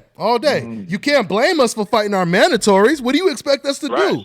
They said that on many occasions. Many occasions. Okay, so now you got to fight your man. Now you got to open it. And also they went through their career saying, "Oh, listen, you can't blame us. We trying to break Bernard Hopkins' record. We trying to, we trying to be the best middleweight, better than Marvin Hagler. It's just you can't blame us for the competition in the weight division." Well, guess what? Mm-hmm. Yeah. Newsflash. Yeah. Now you got some real competition in the division. Yeah, absolutely. Don't avoid it. Absolutely. And once again, man, like you said, this is why it's more easier to remember the truth than to remember a lie. Because, you sit over here, you say all that once again, adding to what Blue just said, you say, oh, we have to fight our mandatories. Oh, we fought Kell Brook because he raised his hand. When Chris Eubank, pulled out, he raised his hand. So we had to fight that welterweight, right? So what's the difference? What's the difference from Kell Brook raising his hand and Demetrius Andre raising his hand? What's the difference from Darren Yevchenko raising his hand and Kell Brook? I'll tell you what the difference is. The difference is Kell Brook was a welterweight, and Golovkin said himself, the guy's too small. He said he's too small. He's too small, so that's why they took that fight. Now, once again, like you said, they backed themselves in a corner. Now you got Danny Jacobs, the winner against Jacob Selesky is a mandatory. The Darren Yevchenko is a mandatory. Charlo is a mandatory. And then you got BJ Saunders, who's looking better and better. And he's looking like, that's not even a fight that Golovkin can guarantee win. So I mean, so where does Golovkin go from this point on? And once again, and Abel Sanchez, he's making Golovkin look even worse when you say black fighters can't sell and Charlo is nothing. What has he done? And then you try to fight Jaime, Munguia. You know what I mean? Right. Or you try to fight against Spike Sullivan. I mean, like I said, man, Canelo fell in this test. It pulled both him and Canelo under. Him and Golovkin. They got pulled. They both got pulled under. Money. Yeah. Because like I said, now the pressure is on Golovkin. And HBO needs to stand up, man. HBO needs to step up. They need to put the same pressure on Golovkin that they put on, once again, Andre Ward. When Andre wanted to fight Golovkin, HBO said, I would tell you what, man, how about you leave Golovkin alone? We're going to give you this big-ass, briefcase of money, and we want you to move up to another weight class. Can you just leave Golovkin alone? Because we got this project we're trying to do with him. You know what I'm saying? The Keep Hope Alive project. You know what I'm saying? So we trying to protect this man. You know what I mean? And Andre Ward, he obliged him. Something else that Lennox Lewis did, and Klitschko, Vladimir Klitschko did, Vitaly Klitschko did. Y'all remember when they weren't supposed to fight, and it was because one of their opponents pulled out? And since one of their opponents pulled out, they end up facing each other on short notice. You guys remember that? Mm-hmm. Yeah, they end up fighting against each other on short notice. Yep. So my point is, Golovkin is supposed to be a monster. He's supposed to be the man that had this long knockout streak, et cetera, et cetera, et cetera. Why is he not trying to fight his mandatory? It's not making sense. And once again, if you guys disagree with what we're saying, if what we're saying you feel doesn't make sense, if you don't feel Golovkin is being represented right, please call in, guys. Please call in. So that's pretty much what that is. Money. I wouldn't be surprised if he gets, if the pressure gets too heavy, man. If they just say, something, we retire. Yeah. Well, I told you, Golovkin already said it when Kovalev got knocked out. Golovkin said it. He said, I'm thinking about retiring. And I'm telling you, man, I truly believe Golovkin, he looked at that Kovalev knockout like Hitler looked at Mussolini being dragged through the streets. You know what I'm saying? And and Hitler said, hey, that ain't gonna happen to me. I shoot myself in the head before they drag me down if I'ma lose. You know what I'm saying? So man, but is it not the perfect analogy? Golovkin said, man, I just pictured Mussolini getting dragged down the street. Yeah, man. Yeah.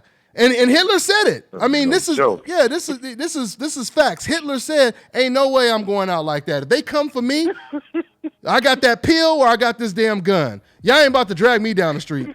No, y'all ain't gonna do it." So that's what Golovkin is saying right now. Y'all ain't about to drag me down the street with no damn, Andre Ward, no Charlo, or somebody like that. I'm not going out like Kovalev. That's what Golovkin said. Perfect timing. He said it soon as Kovalev got knocked out. That's not going to happen to me.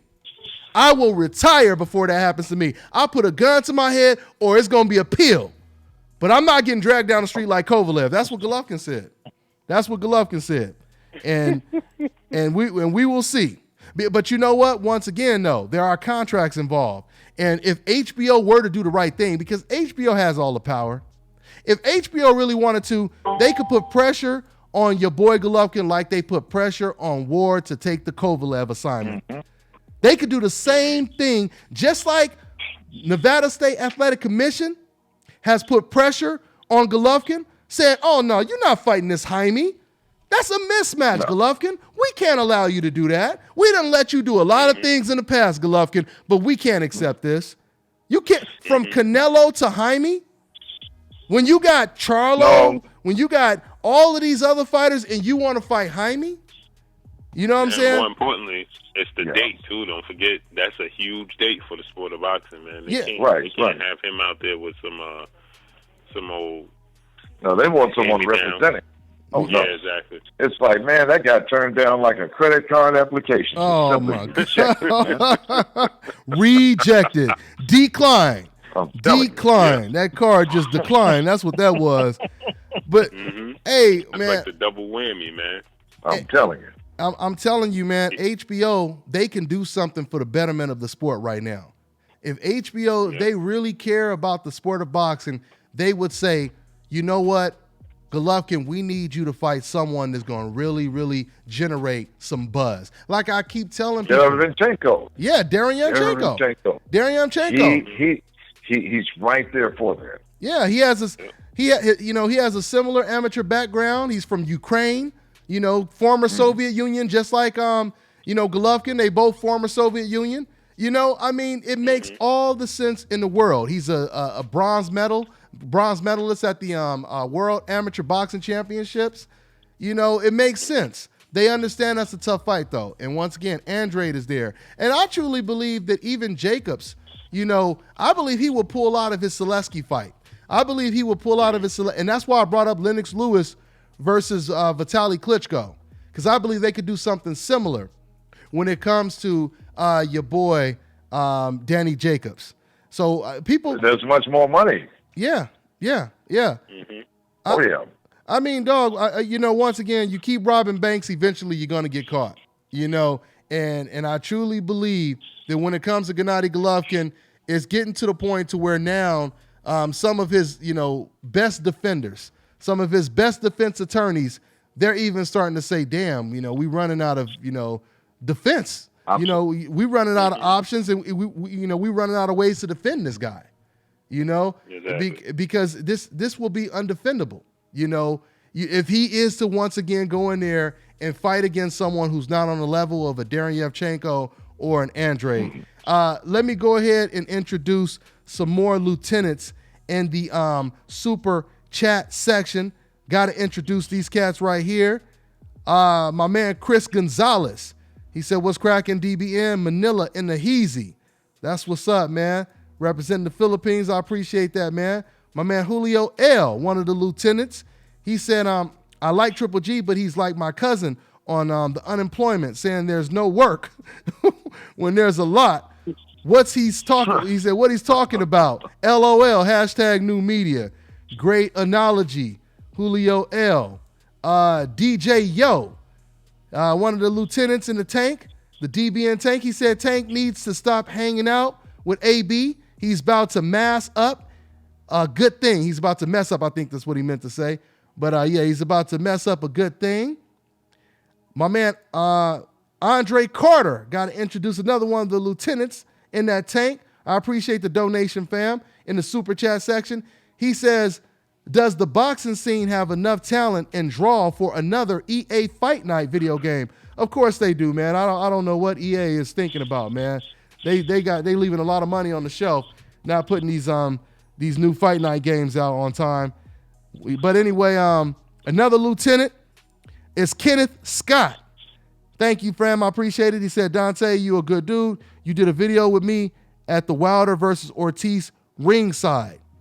Okay, that's what it is, man. I appreciate that, Kenneth. And the last one right for now, my man Dalton Judge. You deserve an Emmy for this show, Dante. LOL. Hey, I appreciate that, man. All day. Those are the cats holding it down, man, inside of that DBN tank. Hey, guys, we about to get up out of here. Once again, the phone lines are just lit, but I can't get to all of them. But I'll take another call. We got 703. What's going on? What's your name? Where you calling from? 703? All right, we go to the next one. On to the next one. All right, we got 802. What's going on? What's your name? Where you calling from? Yo, I'm really on here. How you doing, Dante? How's everyone doing tonight? All right. What's going on, man? Hey, what's happening? Word. First things first, I want to take this moment, Dante, while you're giving me this moment to talk, I just want to thank you, man. You do a whole lot for us. I'm just a fan. I really, boxing isn't my first go-to. It's not my path. As a middle-aged man, I've grown to love the sport, and I use your platform as a platform to learn. Thank you, man. I feel like a lot of people call in and they try to say what it is. I'm not one of those dudes. I come to you and I've learned so much, and the passion for the sport, or the passion for the sport that you know so much about, that I've grown to love. I can't help but thank you, man. Thank you. And I feel like people don't say that enough. So that being said, the reason I'm calling, I just want to shed some light on something. Man, Oscar De La Hoya, that boy, in my opinion, I couldn't be happier that he's on his way out. I feel like he's on his way out. A lot of what he's done, especially recently, it's just gross, you know, and it's just one thing after another. So I personally am happy that they're on their way out. I wanted to ask you directly, how do you feel about it? I know you got to tread lightly, and if you can't give me a direct answer, I understand. But I wanted to ask you what you think. Are you happy? Is this something that you are glad to see? Because I'm ecstatic about it. I want that boy out. Well, how do you feel? Well, you know what, man? Once again, man, I appreciate the call. And, I mean, obviously, when it comes to boxing, me personally, I want to see the best fights. But what I will say is what goes around comes around. And I'll leave it at that. Mm-hmm. I mean, you know, Oscar De La Hoya, he tried to sue Al Heyman. You know, they had those racist emails that surfaced that Oscar De La Hoya never addressed, which I thought that was a bad look, that he never, you know, addressed those emails that surfaced. And you know, trying to sue someone that's trying to do good for the sport, like he tried to sue Al Heyman, to no avail, obviously, and it kind of pretty much backfired on him. Now, you know, they riding in that damn Hyundai on one cylinder, you know, and we know how that works. You know, you ain't gonna get right. You ain't gonna make it from Las Vegas to California. That's for damn sure. You know, so you know, with that situation, that cylinder is Canelo. You know what I'm saying? That's the last cylinder right now. And once that cylinder blows, there ain't no more cylinders. You know? That's all she wrote. That's pretty much all she wrote. You know, only so what? Go ahead. I'm sorry. No, go ahead. One last thing. You were at the Deontay Wilder Ortiz fight, right? Yeah, absolutely. So one thing I was at that fight as well, and one thing that I feel like hasn't been talked about much is the fact, do you remember, or were you inside when they were like having us boo and cheer and whatever for Creed 2?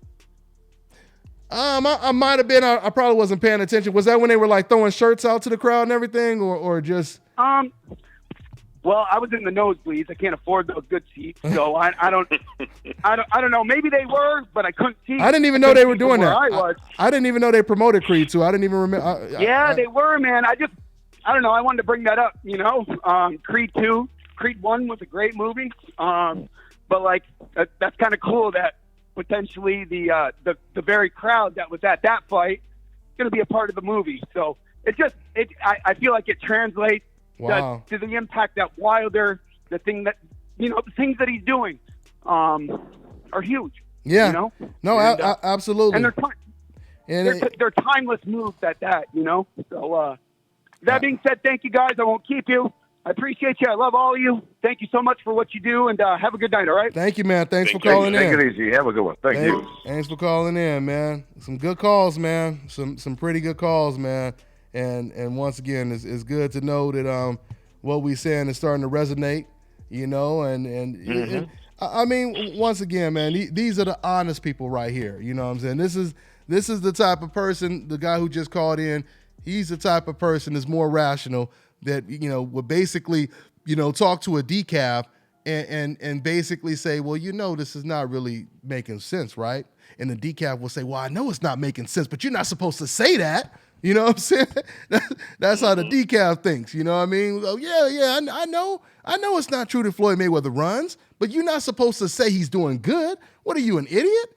You know what I'm saying? So that's how they think, man. That's how they think, man. So anyway, man, I think, guys, we pretty much. We have to congratulate the other fighters on the card too. We didn't talk about the congratulations to James DeGale. He regained his title. Beating Truex, Caleb Truex. I mean, it wasn't the best fight, but it doesn't matter because he got his title back, and that's really all that matters. And you know what, Money? Who knows? Golovkin may have watched that fight, and that might be another target right there. He may be looking at. It just might be. He may be looking at James DeGale like this boy, because James was calling out Golovkin about a year or two ago when he was looking real good, but now.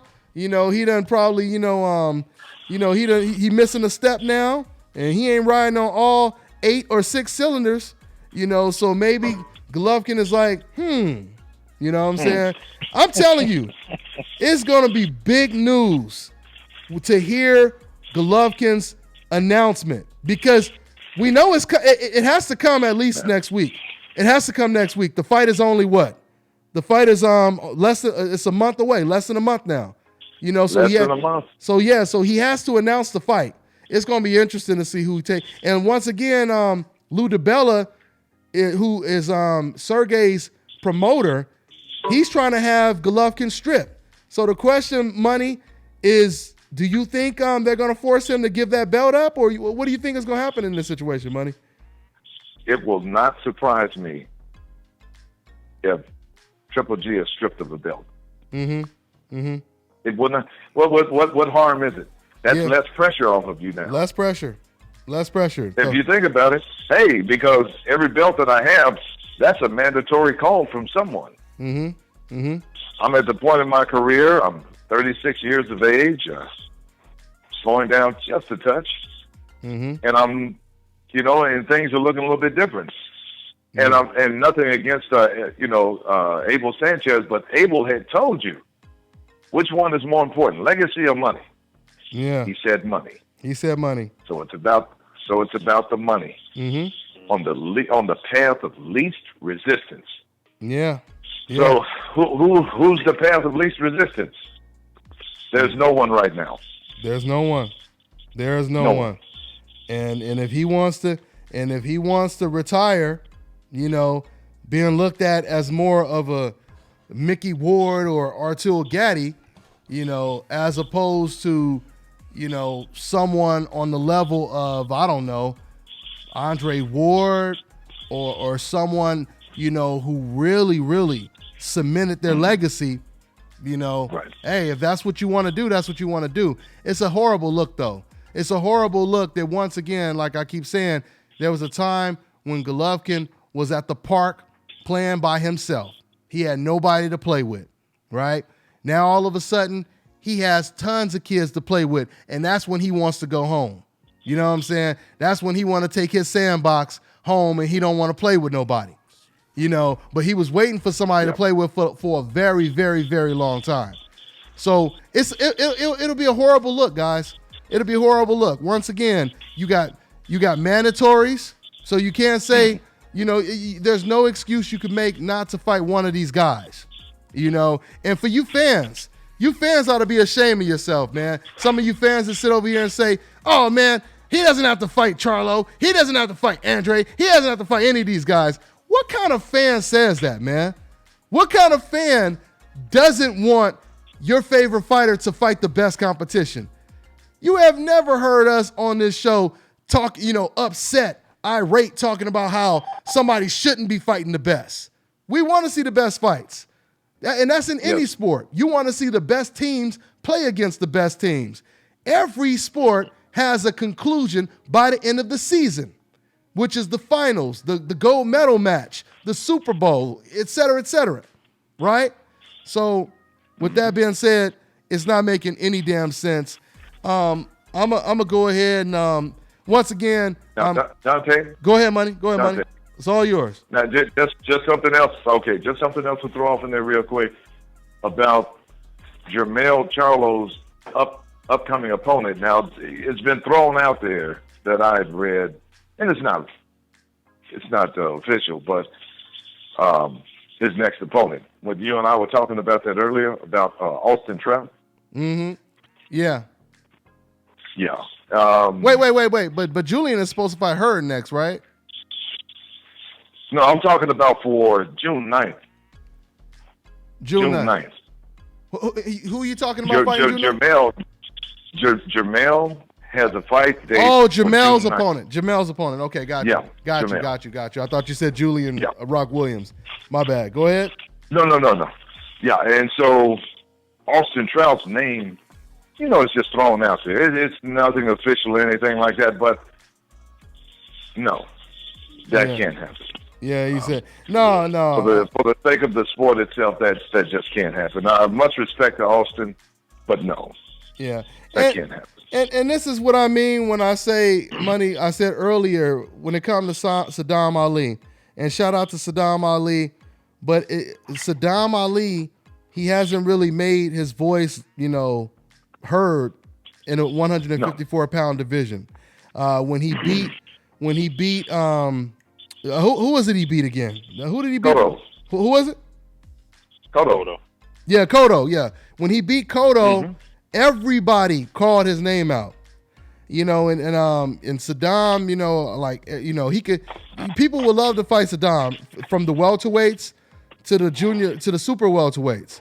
So it'll be interesting to see what Saddam Ali does with that belt, because I'm bringing this up, Money, because that could be a good fight. Charlo versus Saddam Ali. That would be a great fight. So there's all type of That's much fight. more acceptable. Oh yeah, no doubt about it. So we'll see, and we'll try to get Saddam on the show too, man. We'll try to get Saddam on the show to talk about his options. He has a lot of options out there. So congratulations to Julian Rock Williams, who beat Gallimore. Once again, that'll be a great fight. He fights against Hurd. And Curtis Mayfield. Congratulations to Curtis Mayfield. He collected a win this past weekend as well. So that's guys. I guess that's pretty much it, man. We're gonna go ahead and wrap it up, and I'm gonna get back to cooking these red beans and rice and hot water cornbread over here. Because it's about to go down like a plane crash in the kitchen. So that's pretty much what it is, y'all. But hey. So once again, man, I want to thank my panel, my man Kirk Jackson, my man Blue Blood Sports TV. Subscribe to his YouTube channel. My man Money Pal the third, and my special guest that I had on the horn earlier, undefeated prospect, your boy Frank Martin, who will be fighting out there in Detroit, Michigan next weekend. Y'all make sure y'all check out his fight. Thanks for being my guest. I appreciate it. And everybody that called in, everybody in that super chat section, all of the lieutenants, of course, I appreciate y'all, because the tank does not move without you guys showing that love and donating to the movement, man. That's what it is, man. And you guys already know what it is, man. Hashtag Dante's Boxing Nation. Hashtag New Media. Hashtag Decaf Busters. Hashtag DBN. Dante's Muscle Nation. Dante's Cooking Nation. You already know what it is, man. It's the nation, baby. Yep.